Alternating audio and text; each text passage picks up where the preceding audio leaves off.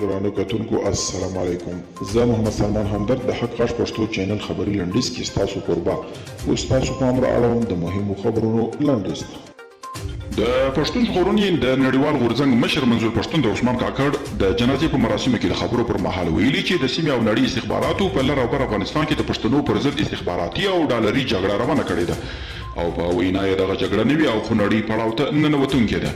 قزاقستان وايي په افغانستان کې روان وضعیت د کاسا زر پروژې پر عملي کولو منفي اغیز نشي کولای. دغه هیواد د انرژي مرستیال وزیر د قزاقستان پارلمان ته د خبرو پر مهال ویلي چې د یاد پروژې چارې په چټکۍ مخته روانې دي. د ولسمشرۍ ماڼۍ د چارو ادارې رئیس فضل محمد فضلي له ملي تلویزیون سره مرکه کې ویلي افغان حکومت نه یوازې چې د ملیشه سازي د مفکورې مخالف دی بلکې د هر ډول اقدام چې د ملیشه سازي پر طرف روان وي مخالفت یې کوي. او د تاجکستان د ملي امنیت کمیټې په تازه خبرونه کې اعلامیه کې ویلي چې تر سلو زیاتو هغه افغان سرتیرو ته خپل خاوره کې ځای ورکړی دی چې د شیرخان بندر د سقوط پر مهال د دوی خاورې ته ور اوښتي وو. اعلامیه کې راغلي چې په دې تړاو یې د افغانستان له حکومت سره اړیکې ټینګې کړې دي.